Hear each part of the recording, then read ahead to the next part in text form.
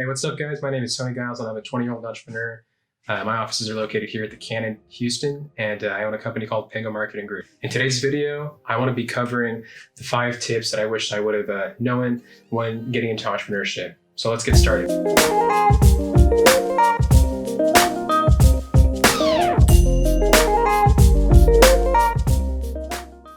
So the first tip is that I wish that I had really checked off all the legal check marks that are important when starting a company and really diving into entrepreneurship.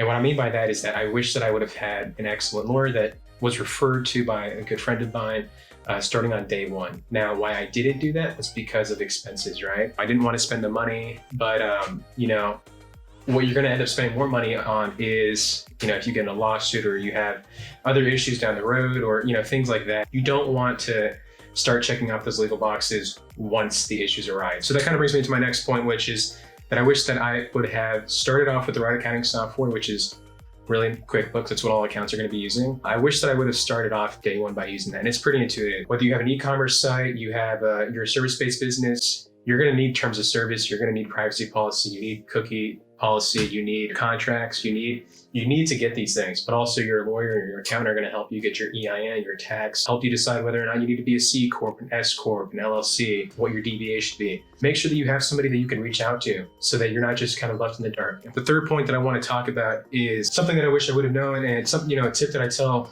young entrepreneurs is you have to get really good at saying no. There's going to be a lot of good things for you. There's going to be a lot of opportunities with friends to go hang out, to go do things. And you need to make sure you have balance. This is a commitment. You can't just kill a company in the sense that you can't just stop it. Not like a job. You can't just quit your company. The business maturity of being able to say, no, I'm not going to do this. I need to allocate this time. Making sure that you value your time, that you're scheduling it correctly and being really conscious about how you're spending your time. So another tip that I want to tell you all, the fourth tip here is that in order for you to get those big payouts, to get the big rewards, you need to take risks, right? And I'm talking about calculated risks. Talk to your accountant and lawyer, right?